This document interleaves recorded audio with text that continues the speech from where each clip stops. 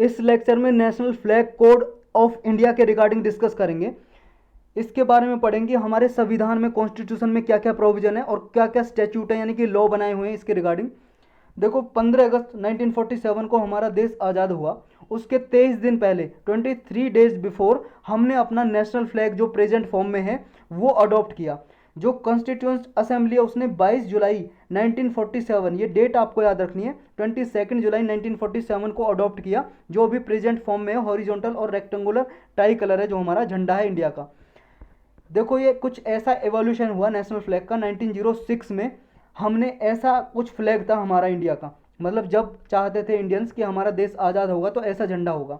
1907 में कुछ ऐसा और 1917 में कुछ ऐसा अडॉप्ट किया, फिर 1921 में कुछ ऐसा और 1931 में कुछ ऐसा अडॉप्ट किया। फिर प्रेजेंट फॉर्म में जो है अभी वो 1947 में जो हमने अडॉप्ट किया था कुछ ऐसा अडॉप्ट किया था।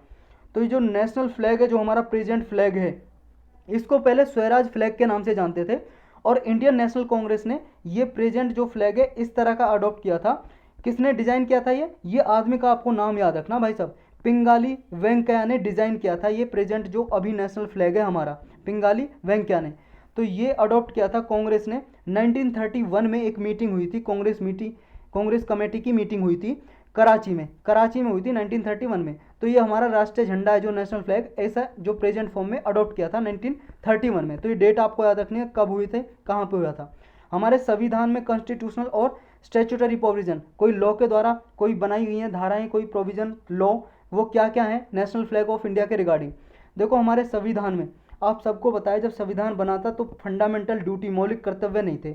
बाद में 1976 में 42nd कॉन्स्टिट्यूशनल अमेंडमेंट एक्ट के जरिए फंडामेंटल ड्यूटी को जोड़ा गया, और उनमें एक ये भी ड्यूटी थी आर्टिकल 51A क्लाउज 1 मतलब क्लाउज ए में ये दिया गया है कि हम क्या है, to abide by the constitution and respect its ideal institution the national flag and national anthem. तो हमारी ड्यूटी है, ये कर्तव्य है, हम अपने संविधान का पालन करेंगे और सम्मान करेंगे उसके आइडियल्स का, उनके इंस्टीट्यूशन का, और हमारा जो राष्ट्रीय झंडा है यह राष्ट्रीय गान है इसका सम्मान करेंगे। ये हमारा मौलिक कर्तव्य है, ये फंडामेंटल ड्यूटी है हमारी।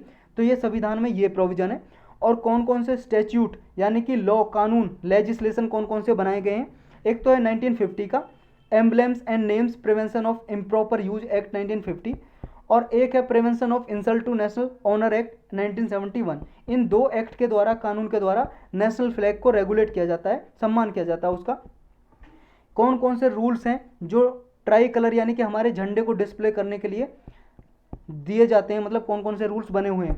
देखो एक तो फ्लैग कोड ऑफ 2002 है।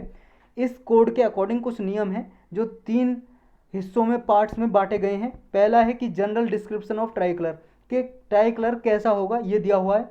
दूसरे कैटेगरी में दिया हुआ है कि गवर्नमेंट या गवर्नमेंट बॉडीज़ जब भी उन्हें झंडा डिस्प्ले करना है तो किस तरह से डिस्प्ले करेंगी, किस तरह से फहराएंगी झंडा, ये रूल्स दिए हुए हैं। नेक्स्ट कैटेगरी के रूल्स वो हैं पब्लिक या प्राइवेट बॉडीज़, कोई भी एजुकेशनल इंस्टीट्यूशन, इनमें डिस्प्ले करना, हमारा झंडा फहराना है तो किस तरह से फहराया जाएगा, इनके रूल्स लिखे हुए हैं इस फ्लैग कोड ऑफ 2002 में। अब कुछ नोटेबल फैक्ट्स ये याद रखने हैं आपको।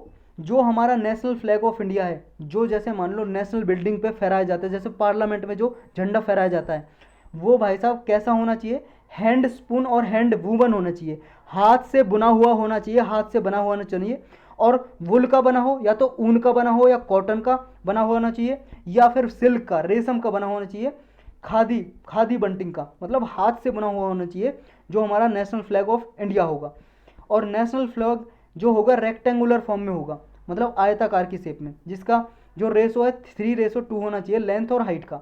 ये देखो भाई साहब, लेंथ जो है 3 होनी चाहिए और 2 होनी चाहिए, क्या होनी चाहिए, इसका विड्थ होनी चाहिए एक तरह से, हाइट या विड्थ बोल सकते हो आप, हाइट या विड्थ, चौड़ाई या हाइट बोल सकते हो। तो ये 3:2 के रेशो में होनी चाहिए, ये आपको याद रखना है। इसमें जो फ्लैग है हमारा झंडा वो क्या है, कभी भी हाफ मस्ट नहीं फहराया जाएगा। हाफ मस्ट का मतलब आधा झंडा नहीं फहराया जाएगा, सिवाय तब, एक्सेप्ट उन ओकेजन पे, तब गवर्नमेंट ने कुछ रूल्स बना रखे हैं, कुछ इंस्ट्रक्शन दिए कि पब्लिक बिल्डिंग वगैरह पे हाफ मस्ट उस टाइम पे झंडा लहराया जाएगा। जैसे मान लो प्रेसिडेंट मर जाते हैं, डेथ हो जाती है, या मान लो प्राइम मिनिस्टर की डेथ हो जाती है, तो उस टाइम पे पार्लियामेंट पे, हमारी नेशनल बिल्डिंग पे वो झंडा आधा फहराया जाता है, हाफ मस्ट, समझ रहे हो। उसका ये होता है संकेत कि हाँ कोई अथॉरिटी, मतलब कोई अच्छा मतलब पोस्ट पे पर्सन की डेथ हो गई है, प्रेसिडेंट या प्राइम मिनिस्टर की।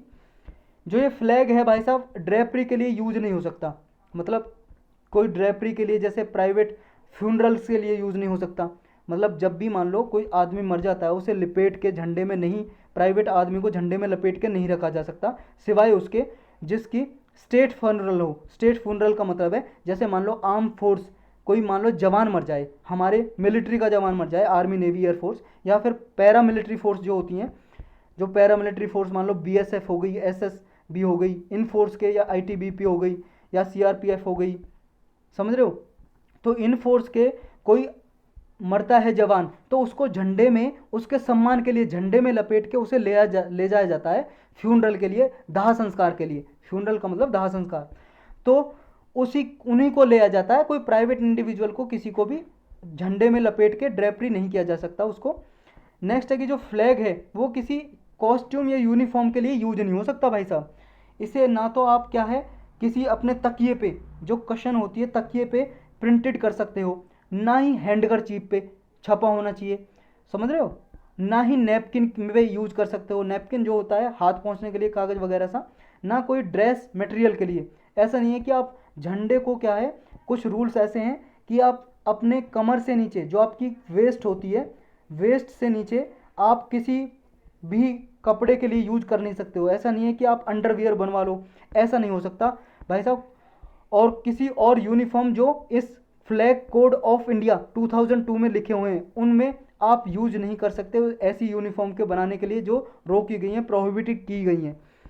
अब कुछ कुछ ऐसे सिग्निफिकेंस हैं नेशनल फ्लैग के जो सर्वपल्ली राधाकृष्ण ने कुछ बताए थे, कुछ नरेट किए थे। जैसे जो अशोक चक्र है बीच में, नेशनल फ्लैग के बीच में अशोक चक्र है, जिसमें 24 क्या है तिल्लियां हैं, तो ये व्हील ऑफ लॉ ऑफ धर्मा की तरह प्रेजेंट करता है। जो व्हील है, अशोक चक्र है, वो व्हील ऑफ लॉ ऑफ धर्मा की तरह प्रेजेंट करता है। और ये चक्र का मतलब ये है कि there is a life in movement, के जीवन में क्या है, मूवमेंट है। अगर मूवमेंट रुक गई तो उसका मतलब है death, death it in stagnation, मतलब अगर ठहराव है तो मतलब समझो डेथ है, अगर मूवमेंट हो रहा है तो लाइफ है। इसलिए भाई साहब ये व्हील जो लिया था, चक्र इसलिए लिया था कि लाइफ में क्या है, मूवमेंट है, मतलब मूवमेंट है लाइफ में। और जो सेफ्रॉन कलर है, ये 3 कलर लिए थे जो हमने झंडे में। ये ऊपर है अपना कौन सा है, सेफ्रॉन यानी कि केसरिया, बीच में है वाइट यानी कि सफ़ेद, और नीचे है कौन सा, ग्रीन, हरा। जो ऊपर सेफ्रॉन कलर है, केसरिया कलर, ये इसका मतलब है, ये डिनोट करता है, प्रदर्शित करता है रेनन्सिएशन। रेनन्सिएशन का मतलब है गिव अप, त्याग कर देना। रेनन्सिएंस किसका किसका त्याग कर रहे हैं, डिसइंटरेस्टेडनेस का, मतलब जो अरुचि है उसका त्याग कर देना है। और वाइट का मतलब है इसमें लाइट या फिर पाथ ऑफ ट्रूथ, सच्चाई का रास्ता, सच्चाई का मार्ग अपने कंडक्ट में, अपने बिहेवियर में अपना कर लेके आना है। और ग्रीन का मतलब है इसमें हरे कलर का, ये जुड़ा हुआ है हमारी मिट्टी से, सॉइल से, कि जो जितने भी प्लांट लाइफ हैं उनसे जुड़ा हुआ है। क्योंकि अगर प्लांट लाइफ है तो ही हमारी लाइफ है, क्योंकि हमारी लाइफ किस पे डिपेंड है, प्लांट लाइफ पे। अगर भाई साहब भोजन ही नहीं होगा तो हम कहाँ से जीवित रह पाएंगे। तो ग्रीन कलर डिपेंड है, मतलब रिप्रेजेंट करता है, डिपिक्ट करता है सॉइल को और प्लांट लाइफ को। तो यही था बस इसमें।